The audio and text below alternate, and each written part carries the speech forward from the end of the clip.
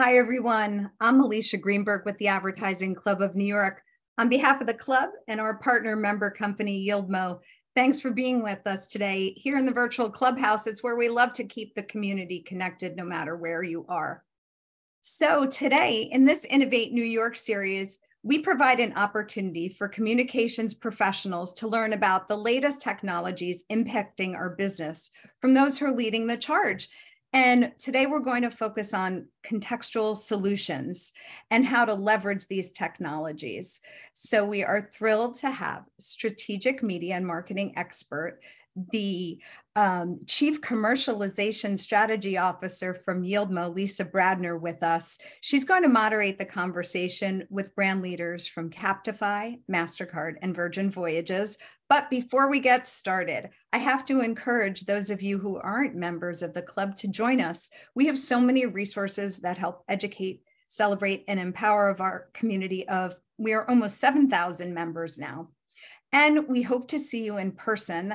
On June 1st, we are going to celebrate our Advertising People of the Year. We're going to be honoring Shelley Zales from the Female Quotient, Raja Rajmanar from MasterCard, Meredith Poppet-Levienne from the New York Times, Travis Montague from Group Black, and Ro Colinaros from Omnicom. So we have lots of details on our site at theadvertisingclub.org to sign up for this and other programs we have going on. And there are a lot of them. Visit us there or write to me, Alicia, at theadvertisingclub.org. I'd love to have a conversation with you. And if you're going to socialize information from today's event, tag us at AdClubNY. Now, over to Lisa Bradner for a great conversation. Thanks so much. Awesome, Alicia. Thank you. And welcome, everybody. Good morning, good afternoon, good evening, depending on your time zone. We're going to talk today about contextual, which for some people has been kind of thought of as back to the future. Like, didn't we already do that and move on? But to start us off, to really get you in the right frame of mind for what we're going to talk about, we're going to share a video here from our partners at MasterCard about the great work they're doing to innovate around context and content. And I think it's a really good way to set the stage for the kind of conversation we're going to have here. So we'll cue up the video and then we'll meet our panelists right after that. In a world where most branded content is ignored or irrelevant, costing brands a fortune in lost consumers and lost revenue, the MasterCard digital marketing engine is a game changer. Here's how it works. Powered by proprietary AI technology, the digital engine analyzes billions of microtrends happening all over the world, automatically matching those conversations to any of our priceless experiences, offers, and rewards. And it does it all in real time. We can do a data-driven deep dive on each microtrend to see exactly what consumers are talking about, where they're talking, and for how long. Once we know our audience, we can create a targeted marketing campaign in minutes, not months, with custom content pulled from our library and relevant copy that puts us in the heart of any conversation instantly.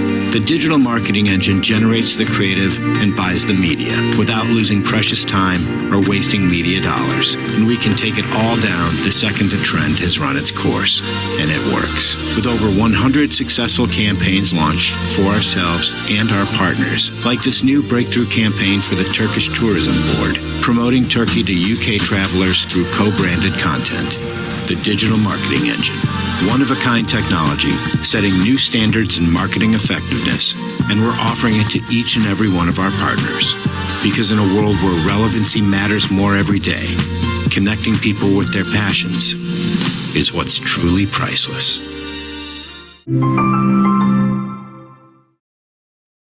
All right, I think we can all agree this is not early 2000s matching luggage contextual that we're talking about. So with that, I'm going to invite our panelists to come on camera and introduce themselves. Jay, let's start with you. Hello, very happy to be here. I like that I'm in the digital clubhouse. This is an exciting day. Yeah, you know, I just a little bit about myself. I run our global media and agency relations at MasterCard. Thanks for showing that video. I think it great video. I think it does, you know, help tee up the conversation that we're having today. You know, when we were first asked to speak about Contextual. It's near and dear to my heart. And as you say, I think, just as we'll get into it, I think the idea of what contextual even means today, I think is probably where, we should start to help define, kind of just the new tech and the new tools that are out there to help us engage with consumers. Great. I feel like a game show host here, but Isis, come on camera and come tell us a little bit about yourself. Hi, Lisa. Thank you so much for having me, to you and to the Ad Club. Isis Ruiz here, joining from Virgin Voyages, Chief Growth Officer, looking after all things performance and growth marketing, specifically on the paid media side, as well as our loyalty and e-commerce digital experience initiatives. So a big remit there, all in efforts to support the growth, the tremendous growth that we're going through as a brand. Fantastic. And last but certainly not least, Matt from our great partner, Captify. I'll give you a chance to introduce yourself as well. Hey everyone, it's great to be here. I'm Matthew Papa. I run global business and corporate development for Captify, based here in New York. Captify is a search intelligence platform for marketers and media brands. We operate in 15 global markets, and I'm really excited to contribute to the conversation today alongside these great panelists. Awesome. Well, let's get into it. Jay, to your point, let's start right there. When I say contextual advertising, what does that mean to you? What does it mean today? What did it used to mean? How do you think about it? Just, kick us off with kind of the frame of how that term is used in your organization or as you communicate to your organization. How do you think about it? Yeah, I guess starting with the consumer mindset. I mean, we're in a very interesting place, I think, as marketers today, in that, I feel like consumer trust is at an all-time low with brands and marketers, and consumer attention human consumer attention is less than a goldfish today. That's the stats that we're working with. And so, I think as an industry, we're all trying to figure out, how we best engage with the consumers that we serve. And, and doing that in a way that doesn't feel interruptive, but feels additive to the experience.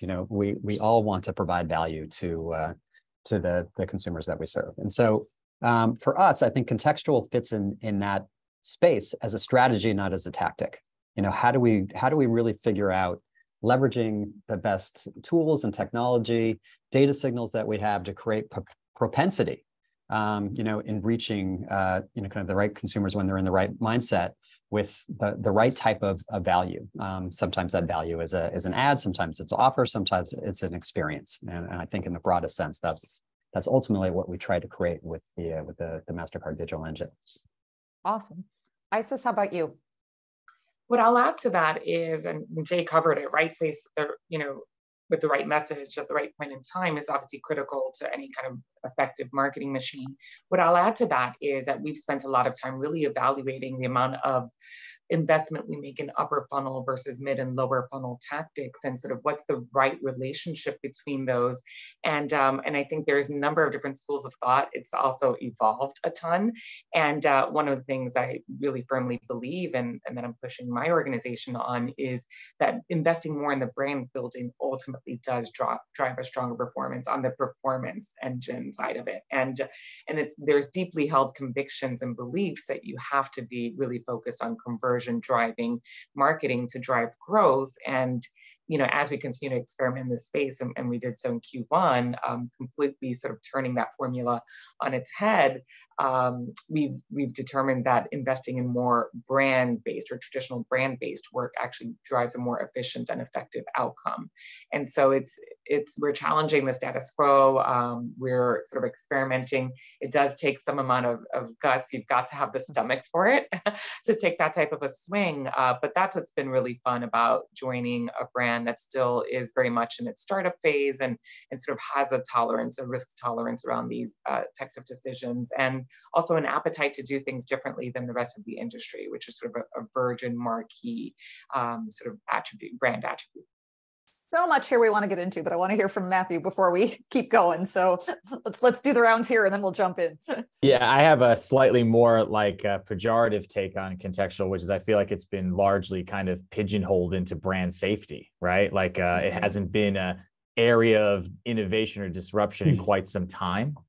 So it presents an opportunity for the future to actually make a more meaningful impact in the way that marketers kind of design their media buying, which I think is something that hasn't really been addressed by the market in general for quite a while.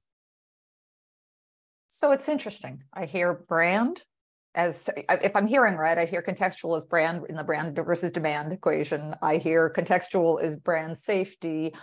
And then I'm hearing Jay, and in that video, thinking really about context versus contextual. Do we feel like the industry maybe needs to refresh and redefine this term? Or do we feel like, it's kind of one of those things that people can take and run with? I guess I'm trying to get to, we hear right person, right place, right time. As an industry, we have spent the last 5 years, I would say, obsessed with right person. Right? I'm going to get every piece of first party data I can possibly get. If I only knew what Jay was having for breakfast today, I could get him to buy from me. And I'm going to take all this PII and I'm going to have the right audience and I'm going to win. Are we saying that it's more nuanced than that? Are we saying that maybe went too far? Are we saying they ride together? What's your view on context and contextual versus heavy first party audience? Is it an or, an and how do you look at those things? Who wants to start with that one? Anybody. Here's the good news. No right answers. It's just a conversation. I can jump in on that one. I found on the heels of sort of having these exploratory conversations with some of our core partners who help kind of bring our programmatic and digital media buying plan to life. So the usual suspects, the Googles, the Metas, right? So Pinterest, we made our rounds. We spent a few days in New York with our ad agency, and then we also went straight to the partners and sort of, what are you hearing? What should we be thinking about? Tell me more about sort of where I've got these blind spots in sort of our data set. And what was interesting, at least from their perspective, to hear was that, sort of the audience selecting and sort of getting so filtered and so narrow and so precise, the level of precision that used to sort of drive our thinking around media buying against audiences just even 2 years ago has evolved. And so they said it's more of a content first. Like, yes, you can, of course, refine, and you should to some level of degree, your audience selection. But by the time you get to know like who had blueberries for breakfast this morning, that audience gets to be so small that doesn't really matter. And so they said, flipping that on its head, one of the things that they've seen other brands experiment with and have, certain levels of success with is content, experimenting between content types rather than audience types, and sort of flipping. It used to be that was the lever we pulled, who are the different audiences who are going to show that higher propensity, to Jay's point earlier. And I still firmly believe that there's an inherent layer that you need to build into your marketing strategy around that. But what they said, you want to in order to continue to be relevant moving forward with consumer behavior changing, is start thinking about testing content types. And that's even more critically important in the next few years. And so I thought that was a key takeaway. Our production team was, of course, excited to hear that, right? They're on the map in a big way, and they always have been. But so that was an interesting aha, at least for us, walking away from those conversations. Yeah, Jay, I can build please. on that. Yeah, Please. I definitely agree with all of that. And I'm not above saying as a media person, that the research suggests that, when you look at marketing effectiveness, the majority of the value or the levers that are pushed is through creative effectiveness. So, I do think that, in our race to gather first party data and to leverage the efficiency of kind of the programmatic experience, we maybe have forgot how to orchestrate all of the different, kind of 4 Ps of marketing together. And, at the bare minimum, how we start to match messaging and thinking about, creative dynamic optimization in the same way that we think of audience optimization. Byron Sharp and, kind of how brands grow, like all of that philosophy is not about narrow targeting and narrow casting. It really is about, matching the right message to a broad audience. And usually, it's much more efficient to do that anyways. But, I think you kind of started like, kind of contextual, you know, a little bit of Back to the Future. I mean, you know, I know when I first started, I mean, that was, you know, when we did magazine planning, for instance, I mean, that's where we spent the majority of our time, is figuring out, you know, kind of the right, you know, editorial and matching the editorial with the audience and the message, you know, and that was a way for us to you know, start to get engagement and bring value back to consumers. You know, and I think we have lost a little bit of that in, you know, kind of our rush towards leveraging this new technology and tool sets. And I think it's time for us to take a step back and really figure out how we best orchestrate the right consumer experience. You know, we have to make sure that we're driving value for consumers and start to drive that attention again and drive that trust back into our brands.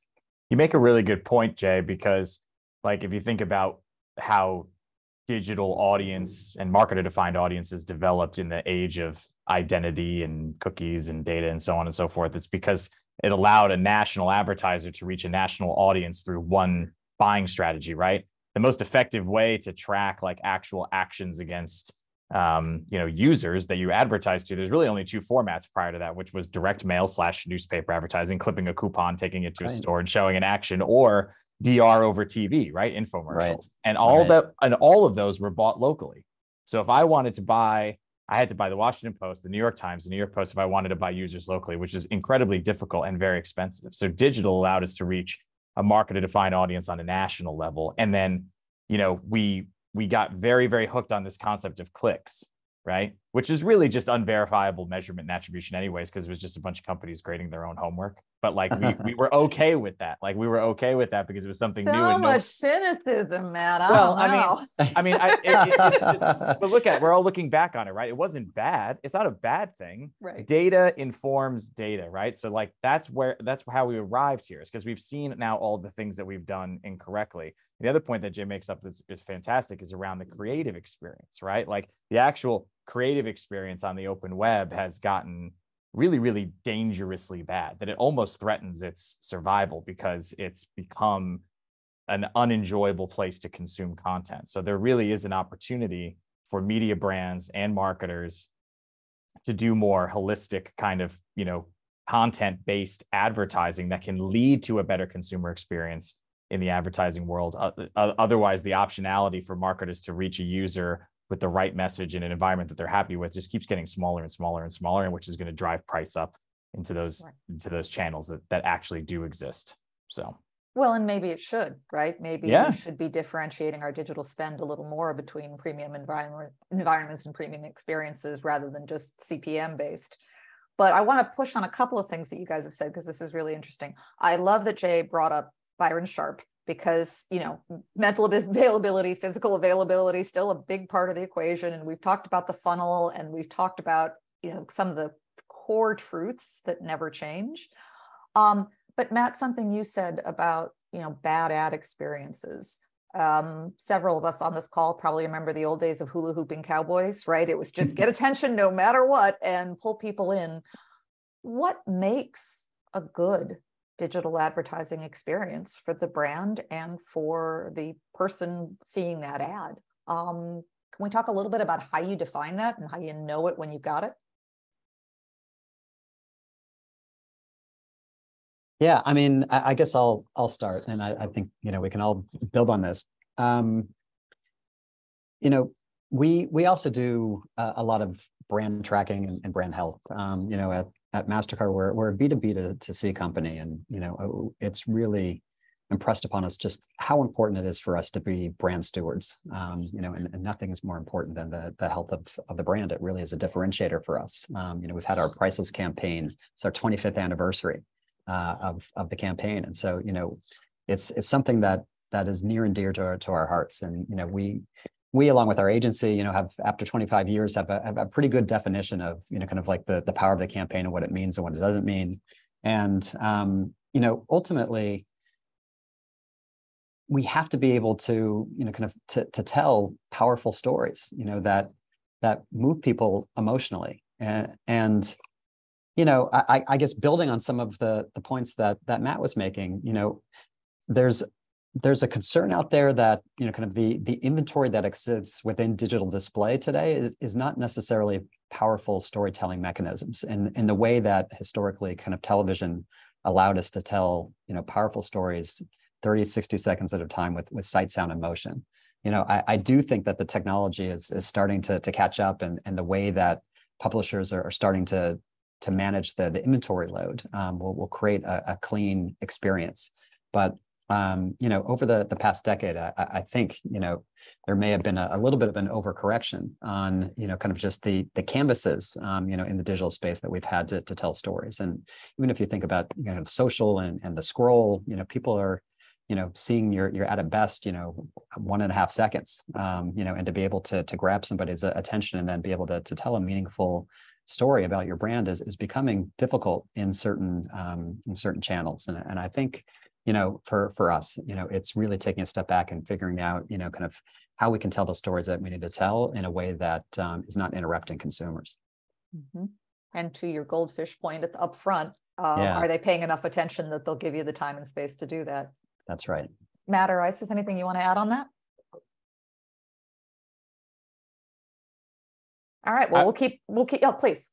I was just going to say, I think that Jay hit the nail on the head, right? There's an opportunity for premium media companies to rethink this. And that's where audience-based buying has really benefited the marketer, but now the marketers are much more prescriptive about where they want to spend their dollars. So that those channels are going to shrink, but it's a good thing.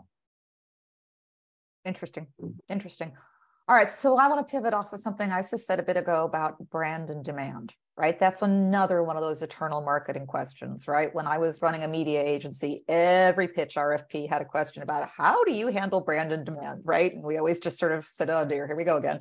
But I think it's, again, one of those eternal questions because there is no simple answer and the space is moving. So how are you thinking about that today? And where does contextual play? Let's tease apart the role of context and contextual in brand. And then is there a role for it in demand? And Matt, I think some of the stuff you're doing around search is a really interesting place to talk about where it maybe starts to move into demand. I'd just like to talk about that a little bit. Again, no right answers, no wrong answers, but just kind of this evolution of brand and demand and the role of contextual in that.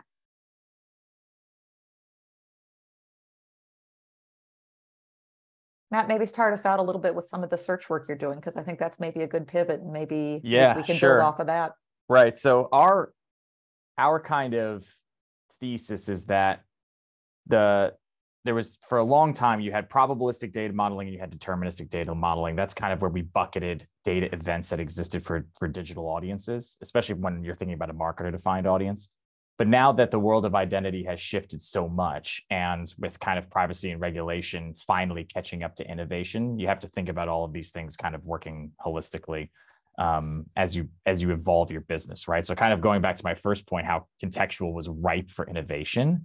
We are taking anonymized, deterministic search data events and modeling them against contextual signals that we see, from partners like YieldMo that provide us this connective tissue into the supply side, so that we capture all of this data from that similar kind of networks across the internet, and modeling these deterministic events alongside kind of probabilistic inference is really the future of audience-based buying outside of addressability, right? Like you'll have your addressable ecosystem of first-party data that will be great for the New York Times and the Wall Street Journals of the world, but then you have a ton of blended subscription and advertising models that could really benefit from increasing what about kind of consumers in a cohort-based way. And so, I think it was Ben Thompson this week in Stratechery, or maybe last week, he wrote a fantastic kind of POV on how the New York Times, is getting a lot of plaudits for increasing their subscriptions to like 11 million a month. But they made $600 million or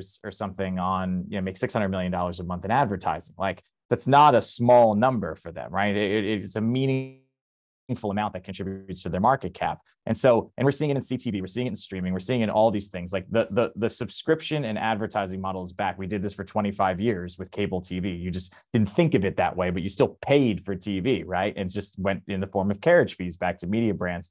So we think taking kind of the search intent and the sentiment of users, modeling that against, content that we then try and draw confidence between what users are consuming what, and in an endemic and non-endemic environments for our marketers, is a really future-facing kind of strategy around audience-based buying. It still achieves the goals for marketers, which is to define what that audience is, but it helps media brands also value their inventory slightly higher. So there's a great kind of push and pull that benefits both sides of the ecosystem.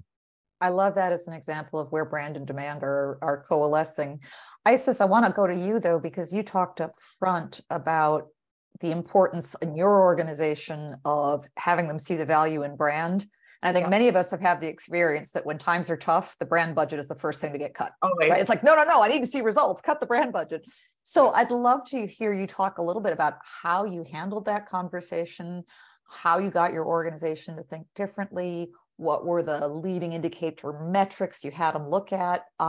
Because I think Matt's just given us a great example of kind of how these worlds are converging, but you're still having to have that conversation and sell people on the whole practice. So I'd love to hear more about that. Yeah, it's happening in real time in my day-to-day. And so to build on Matt's previous point around demand generation and brand, and how there's new environments potentially that allow us to kind of cast both wider nets, but then also more kind of narrow nets. And so I think about that in two different ways, especially as I'm thinking about balancing out the brand versus non-brand portion of our investment. So when I walked in the door about 6 months ago, that setup was about 20% brand and 80% everything else. And so ideally I'd like to have it inverted, but I know we have to walk our way there. So sort of the permission I asked for, or the permission I gave myself, was to experiment with 1/4 of balancing that at 50-50.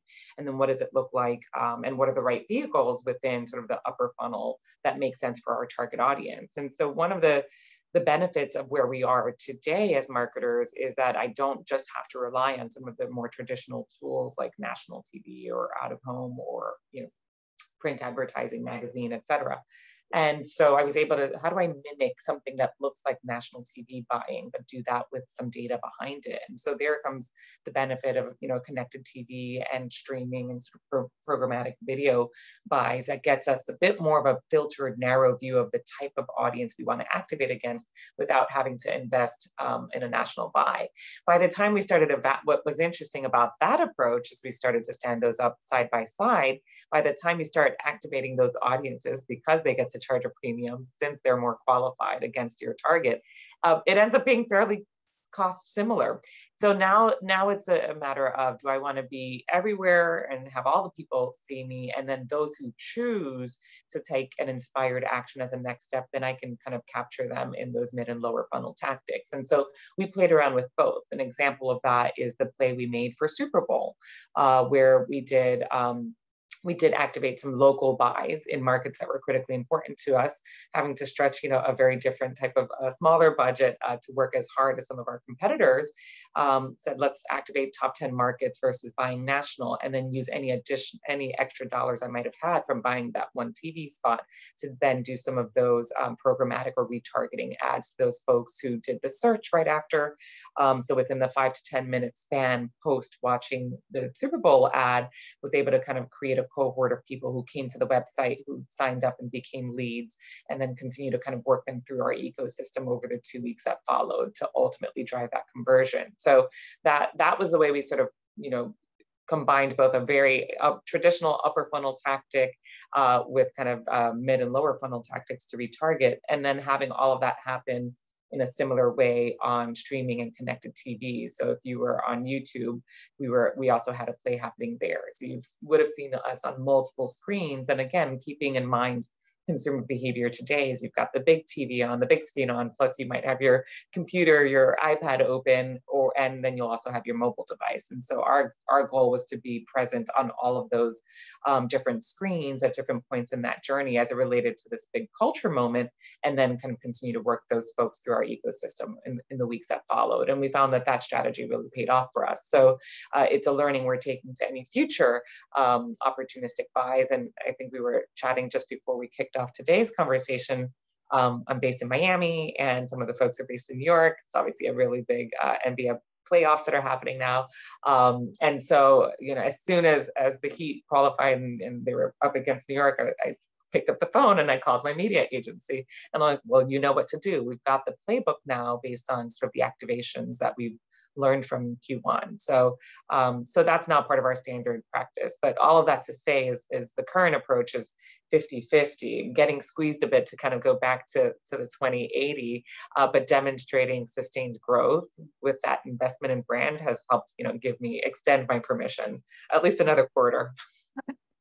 I love that. And I'd love to hear a little, I want to go back to something you said. You said in your perfect world, you'd rather it be 80-20 than 20-80. What drives that frame for you? And I think in the background of Jay saying it's the 25th anniversary of the Priceless campaign, there may be a bit of an answer in there, but I'd love to hear you talk about 25 years, and the Priceless brand and the MasterCard brand is so sort of ubiquitous. And so part of what I'll say is that the more we spend on sort of building that brand awareness, then the harder all of that other work I'm doing to kind of drive consideration and ultimately conversion works for us. If not enough people know about us to begin with, and if it's not sort of a ubiquitous part of our language, then I'm not, those consumers won't be considering us. So I look up to brands who've had a steady approach, really on a brand campaign in terms of how they go to market, and say, what can we as a startup learn from that, knowing that we are not yet, on that level of maturity as a business, but what learnings can we take from those very well-established brands and sort of the market share that they're able to command as a result of that. I have to assume, the master brand though is so powerful that, I think provides like a really amazing halo. And so, I mean, which is such a fantastic tool to have in the tool chest. I'm just wondering if I could add one more point. Please. On that, it's such a, I think just an important topic that keeps getting raised in, kind of every boardroom, kind of like this split between, kind of brand versus performance. And, I feel like, us as marketers are trying to kind of find that through line.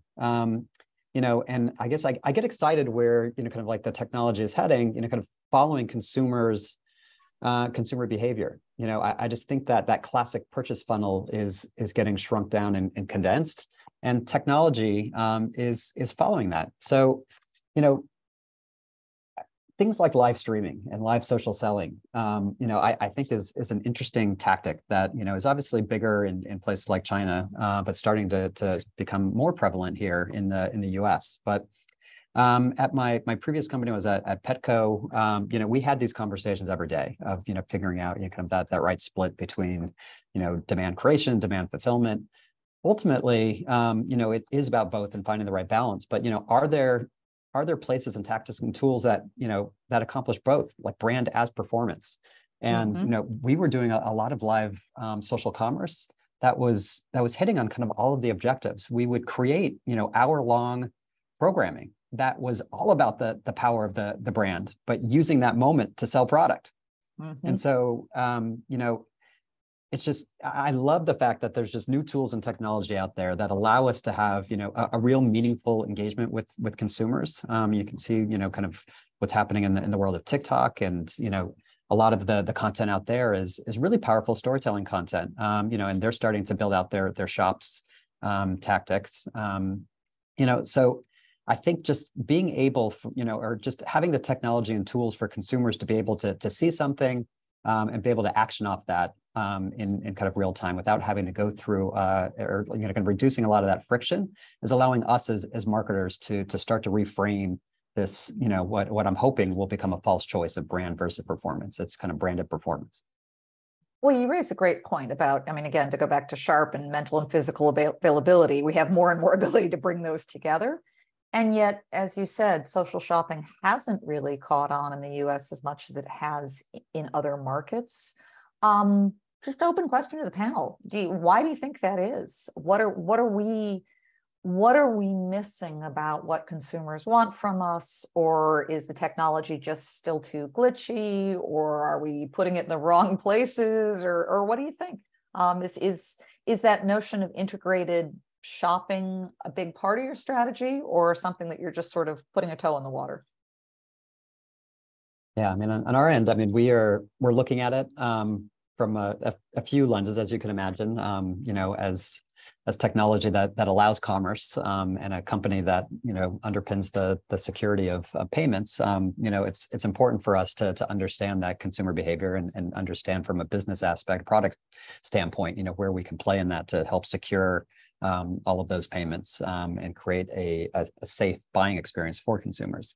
From a brand perspective, we're also keeping a close eye on it for exactly kind of the reasons that we talked about. We think that it can be a valuable consumer moment for us, to tell the types of stories that we want to tell, or deliver the type of consumer experiences, experiences to folks. I think it's as much of kind of finding the right content and to this point, the right contextual mindset of consumers of what they want to hear in that moment. And so, I think we just need as an industry to keep finding different avenues on understanding kind of what consumers want to buy and when they want to buy. I just think there's so much choice out there for consumers on how to spend their time, and what they want to spend their time doing. And I think it's us as a community, and publishers figuring out, are there certain moments, that map back to consumer mindsets where they're in that lean back moment where they want to consume in more of a longer format in this way. Yeah, there's a fine line between convenience, awesome, and go away, you're bugging me. You're getting in the way of the experience I want to have. Isis, how about you? As you're having these conversations in branded demand, does that come up? To that, because the social buying is something we've spent a little bit of time evaluating. It's it's on the list, but not on the short list. Not just yet. There's two reasons why. I'm thinking a lot about sort of fit to platform, fit to sort of audience type of content creation, and it has to feel authentic and organic for that space in order for it to be effective. And I don't know that we've even mastered that yet for some of sort of the more kind of tried and true audience, platforms. So that's higher up on the list. The other piece, which I think Jade talked about earlier, is sort of the brand trust. Inherently, does that audience sort of trust this mechanism, this platform, to engage with the brand and to conduct transactions? And so we've spent a little bit of time evaluating other players in our space, in the travel space specifically, that have used it, and striking that, and goes now back to the content and fit to platform content, striking that right balance of it being really great brand content without feeling overly salesy is tricky, right? There's an art to that, and in our view, we haven't seen a travel brand do it in a way that feels organic and authentic that would work for the Virgin brand. So we'd have to really evaluate it and understand how we bring that message to life in a way that feels right for our brand, that doesn't feel like we're leaning in, and that creates consumer trust. Mm-hmm. Mm-hmm. Love that. So now is probably a really good time to pivot and talk about the video we opened with. Jay, you guys have built some pretty kick-ass systems using new tools and technologies around AI and machine learning. Certainly at Yieldmo, we're leaning in very, very hard into machine learning and AI in the programmatic space of exactly to this conversation. There were always those moments. We didn't always have the technology to see them in real time and then to be able to do something about them in real time. So I'd love you, Jay, to kick us off with how did that platform, the digital engine, come into being? And what are you seeing with that experience? And then we can all kind of talk from that. Matt, I know you have some very near-end experience too, so we can go from there. But maybe just start us off, because that video was so compelling. Tell us a little bit about how that came to be. Yeah, I think it is trying to solve a need for us as marketers to capitalize on the kind of the real-time conversations that are happening out there, and matching kind of interest and intent from consumers and with an offering that we have. One of the things that is the way that we go to market is offering priceless experiences.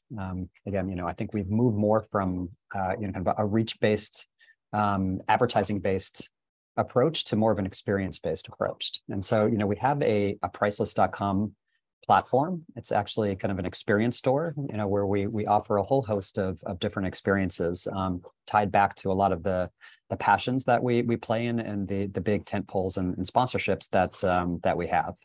And we wanted to find a way to deliver those experiences at scale, and have it, if we can't scale it, then it's not meaningful. I think in kind of companies of all of our sizes, I think that's always the challenge is how we get kind of engagement at scale.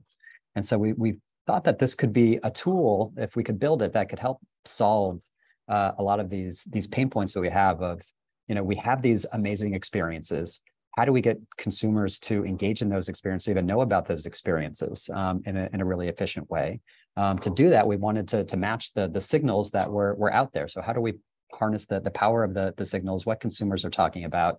Could we then kind of match those experiences with the signals that we're hearing, and then layer in and augment the creative that we have to do that. And so, the creative piece is the most important piece in all this, quite frankly. Once you understand the consumer intent, having kind of a library of relevant content that you could dynamically optimize to meet that moment is honestly the most critical piece, not necessarily even the buying aspect of it.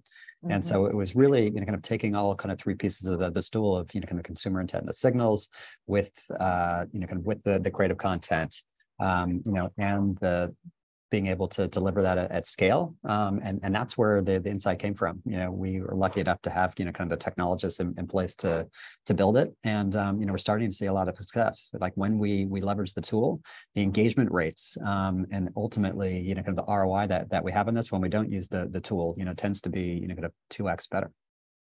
Do you worry ever about it getting creepy? Right? I'm just thinking about this and poof, MasterCard picks up and tells me, hey, I've got this great experience for you. Yeah. I think that goes back to the very beginning, in kind of consumer trust, and there's definitely that creepiness factor that it is always top of mind. That we are purposely trying to distance ourselves from. Which is why we actually don't do a lot of just straight audience-based advertising. And to the point of this whole session, that's why context matters. And kind of reaching people with the right propensity, with the right mindset, kind of with the right offer. And so, it's not done in a way that's using any first party data, or, kind of any, even really any behavioral targeting. It's really just trying to kind of ride momentums of kind of just conversations that are happening out there organically. Yeah. So relevance still being a key pillar. Matt, how about you? What are you most, interested in technologically speaking when we talk about contextual content? What are the key underpinning technologies you see that really change this conversation and our ability to operate? Yeah, it's funny because it's actually in the Q&A as well. Someone asked a question about prioritizing attention metrics, which have been getting a lot of heat and lightning lately. There's some great companies out there doing that. YieldMo is one of them. One of the reasons why Captify partnered with YieldMo is because of their MLs. The machine learning ability to kind of ingest dozens of points of, attention, dwell time, interaction with the content itself. Our network of deep intent and sentiment-based data kind of fuses really well to create an opportunity for marketers and agencies to engage with the consumer in a really dynamic way through the creative, right? We always forget how important the creative is because we got so hooked on audience for the last few years, but the creative is really the most powerful endpoint to that. And I think these, kind of the up and coming generation of consumers, as well as the millennials entering their 40s, one of the things that's really been consistent is around brand loyalty and brand affinity. Like I read tons of materials around how brands are really shifting their focus on building that loyalty, right? So the Apple model, which is a huge client of Captify's, and that lock-in that Apple has amongst the consumer. I read that 87% of Americans under the age of 18 today that have a cell phone is the iPhone. I mean, that's an extraordinary lock-in that isn't going anywhere, right? So that type of brand loyalty, Apple still advertises, right? They have incredible lock-in and they're still advertising, but they're trying to make you aware of the services, Apple Music, Apple Fitness, right? The extension of their brand. And I think that component, what we're trying to come across is taking, intent and sentiment, tying it back to engagement and attention that happens at the media level with partners like YieldMo allows us to help kind of create a better awareness of how consumers are thinking about these things. It's not just around, it's just not about making sure that the consumer takes action based on previously collected data points or trying to model what the likelihood of them taking that action is now. It's more aspirational for brands, right? They're thinking about consumers being their consumer for the next decade, right? Like I'm sure ISIS is thinking about with, Virgin being a disruptor in the cruise world. How do you get into that world like RCI and NCL have in terms of their lock-in with their cruisers that do 3-4 cruises a year? Yeah, and so it's interesting you mentioned that because we do look at LTV as a critical measure of success. Because we're the newest kid on the block, so to speak, we don't have that built-in loyalty that those competitors that you mentioned do have, but it took them, decades to build to. What we are seeing, which is interesting, by focusing on sort of brand first and experience first led type of marketing, that we are able to very quickly drive a high level of affinity for amongst our target consumer set. So people who come on board, once we've kind of gotten them over that initial consideration and obviously conversion hump, once they come on board, we're seeing a very high sort of intention to repeat. So 40 to 45% of the population, once they're on board, will make a deposit towards a future cruise while they're still actively on vacation. So for us, that's amazing. A really high signal that there is, we're building towards future loyalty in a way that's really meaningful. The reason I get super excited about that is, number one, having been at the competitors and knowing that it took decades to build to those metrics, one, but two, our target audience is younger by at least 10 years, right? And so our target audience and our sweet spot is in sort of mid 40s. A lot of the competitors within the cruise space specifically, and we don't only benchmark ourselves against other cruise lines, we are sort of looking to get a broader share of wallet across the broader travel category. But within cruising specifically, it is a much older demographic. And so obviously that demographic will eventually age out. We believe and firmly believe that starting to develop that loyalty at an earlier life stage allows us to have a much longer runway with the target audience that we're bringing into the mix. So if someone's coming in and cruising with us for the first time in their 40s, conceivably they've got many more years ahead of them to cruise with us and to celebrate some of those milestones and big sort of life occasions that we're seeing that behavior sort of happen organically. So that's another kind of key observation for us. So we prioritized making sure that our message and our content and our creative really does resonate with that older millennial, now rising Gen Zs to some degree. It's not meant to alienate other demographics, but that's the audience that we know will have sort of longer runway and longer lifetime value for the brand. So what I'm hearing really thematically is really strong brand plus really good sense and respond capabilities is the win, right? I'm going to build my brand, but then I need to be really, really sensitive to what's happening in the environment and use technology to be right there and respond in the right way at the right moment. Who are you looking to as partners in this? Jay happens to have a technology group that could build that cool UI, but most of us, well, we do because we're a technology company, but most brands don't have those kinds of resources internally, I don't think. Love to hear, and maybe I suspect to you, who are you not names so much, but what are the kinds of things you're looking to the outside first versus building inside? I want to own this. I want to borrow this. This is core. How do you think about that? It's a great question because, a few years ago, it was like everyone was building out their CDP capabilities so that you can sort of test all of this first party data and kind of build your own signal hub. And, I certainly believe in the power of that. So it's a matter of, do I buy something that's off the shelf or operationalize something internally, and how much, to the point that we were making earlier, how much data is too much data before sort of the effectiveness of that marketing is just, diluted. And so when I joined, we had a proof of concept for a CDP, an off-the-shelf product, more or less, ready to kind of take into final stages of operation. And so it's a matter of, do I continue to invest in that, get that over the hump, even though it's perhaps outdated, model at this point in time, but can I still squeeze some value out of it over the next 18, 24 months? Or do I start the process of, beginning to build the rails for our own data infrastructure that allows us to obviously build it to our own specs and our needs, and then plug and play with other solutions. So before that, it was DMPs, right? And so when you talk about what are the different tech partners that we're looking for, we do have some CDP capabilities off the shelf that I think will let it run its course.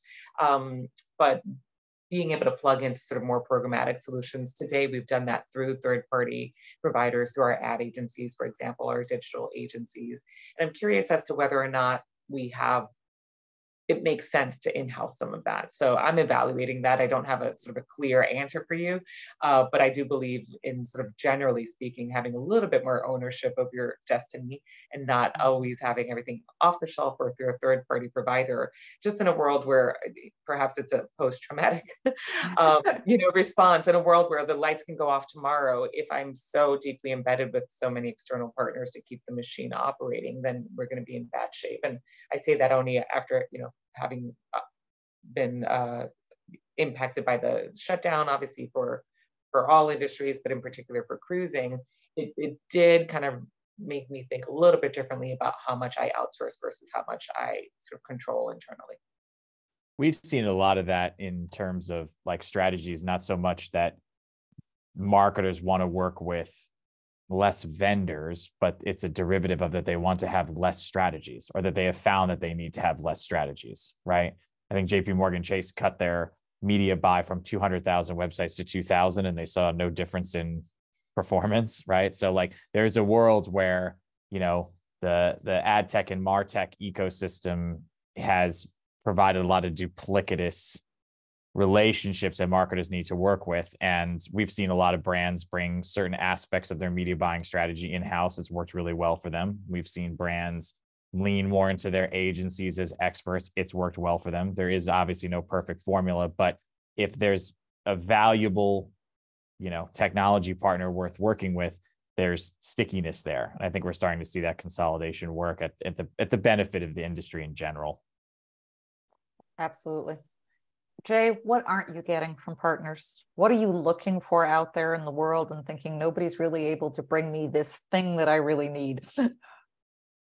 I guess I'll use this as an opportunity to maybe talk to the emergence of the streaming platforms that are out there. I feel like this is an interesting moment in time. It could be a real inflection point for all of us in the industry. As a former CPG advertiser, I always have emblazoned in my brain, kind of just the early days of television and the way that Procter worked with the television networks to create a new ad model, and develop, there's the advent of the soap operas. And I without too much hyperbole, like this feels like another sort of an inflection point, kind of as these streaming platforms start to scale globally, and as they're thinking about their business models, because, obviously it's not cheap to scale that content, and to acquire, monthly active users. I do think that, it is a role for advertisers, to create that proper value exchange with consumers. We always had a running joke that, advertisers are the good guys. Right. We're the ones that are helping underwrite like all this amazing content that's out there, but it's being lost because of, I think maybe the unintentional abuse of kind of the tools that have been out there, and we haven't been providing meaningful value to consumers. And I think this is a moment where we can kind of rethink, kind of the video ad model, kind of with tech at the center and with content at the center, to deliver something that provides, real value for consumers, real value back to the publishers, and real value back to marketers. Great. All right, lightning round before we close out. AI, buzzword, critical, not interested, it core to everything I do. Matt, let's start with you. Peak of inflated expectations for the consumers, but for businesses and especially B2B companies, I think that it will be pretty interestingly transformative for the next decade. But I think for consumers, like we've seen probably the most interesting stuff come out, and not much will really change for them for the next few years. Interesting. Isis. We're looking at it. We're definitely building it in some of our marketing activations in a world where we're looking to sort of develop more one-to-one type of content that feels authentic and organic. How do we lean into AI to kind of help augment those conversations that are happening in real time? So we're definitely paying attention. And Jay, obviously we saw some in your platform, but kind of more holistically than that, how are you thinking about it? Yeah, I mean, generative AI, I think, maybe it's classified as, kind of equal parts unbridled excitement and an unbridled fear. So, I think we just don't know what's truly in front of us. But we are a technology company first, and we have a team that has been working on with AI in AI for decades, and so.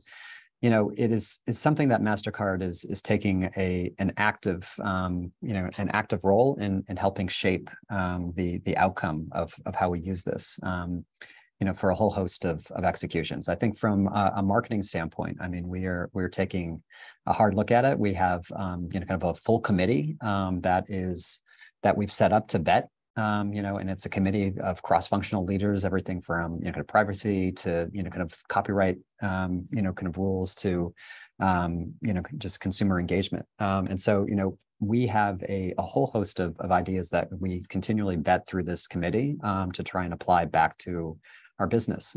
Everything from helping kind of augment our staff and helping with a lot of kind of internal marketing needs to consumer-facing needs. So. Super excited, but also, kind of just very cautious to make sure that this is a tool that is used responsibly. Do it the right way.